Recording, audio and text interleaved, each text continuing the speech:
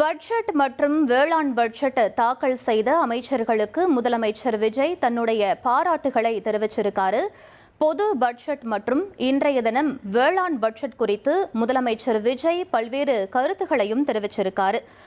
வெற்றி பயணம் தொடரட்டும் என முதலமைச்சர் குறிப்பிட்டிருக்கிறார். மேலும் தொலைநோக்கு பார்வையுடன் இந்த பட்ஜெட் தாக்கல் செய்யப்பட்டிருப்பதாகவும் வளமான தமிழ்நாட்டை நோக்கிய வெற்றி பயணம் தொடரட்டும் என்றும் முதலமைச்சர் விஜய் குறிப்பிட்டிருக்கார்.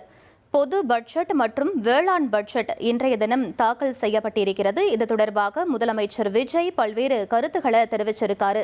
தமிழ்நாட்டின் வளர்ச்சியை இலக்காகவும் மக்கள் நலனை மையமாகவும் கொண்டு ஆட்சி பொறுப்பேற்ற 3 மாதங்களில் அனைவரும் பாராட்டும் வகையில் 2026 மற்றும் 27ஆம் ஆண்டிற்கான திருத்திய நிதிநிலை அறிக்கையை தாக்கல் செய்துள்ள மாண்புமிகு நிதி திட்டம் மற்றும் வளர்ச்சித்துறை அமைச்சர் மரிய வில்சன் அவர்களுக்கும் வேளாண்மை நிதிநிலை அறிக்கையை தாக்கல் செய்துள்ள வேளாண்மை உழவர் நலத்துறை அமைச்சர் வினோத் அவர்களுக்கும் எனது மனமார்ந்த வாழ்த்துகள் மற்றும் பாராட்டுகள் என முதலமைச்சர் விஜய் குறிப்பிட்டிருக்காரு.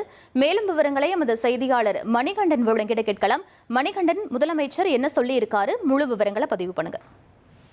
தமிழக வெற்றி கழக அரசு அமைந்து முதல் முறையாக இந்த 26-27ஆம் நிதியாண்டுக்கான நிதிநிலை அறிக்கையை தாக்கல் செய்திருக்கிறார்கள். இன்றைய தினத்துல நிதிநிலை அறிக்கை, வேளாண் என தனி நிதிநிலை அறிக்கையும் தாக்கல் செய்யப்பட்டிருக்கிறது.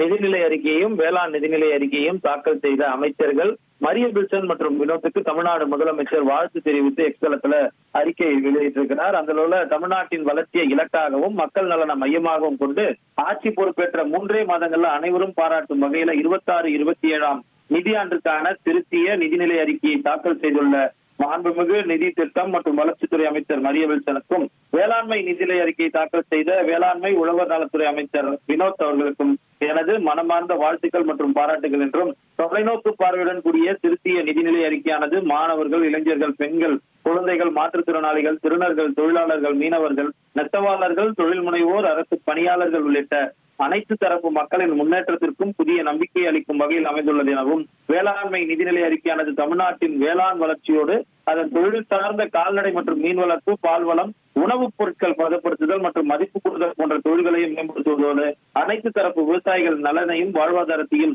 மேலும் வலுப்படுத்தும் வகையில் சிறப்பாக வடிவமைக்கப்பட்டுள்ளது என்றும், வளமான தமிழ்நாட்டை நோக்கிய நமது வெற்றி பயணம் தொடரட்டும் என்று நேற்றைய தினம் அந்த நிதிநிலை அறிக்கையை தாக்கல் செய்வதற்கு முன்பாக முதலமைச்சர் சந்தித்த புகைப்படத்தையும் இன்றைய தினம் அமைச்சர் வினோத் சந்தித்த புகைப்படத்தையும் பகிர்ந்து அமைச்சர்கள் இருவருக்கும் வாழ்த்துக்களை தெரிவித்துள்ளார் தமிழ்நாடு முதலமைச்சர் ஜோசப் விஜய்.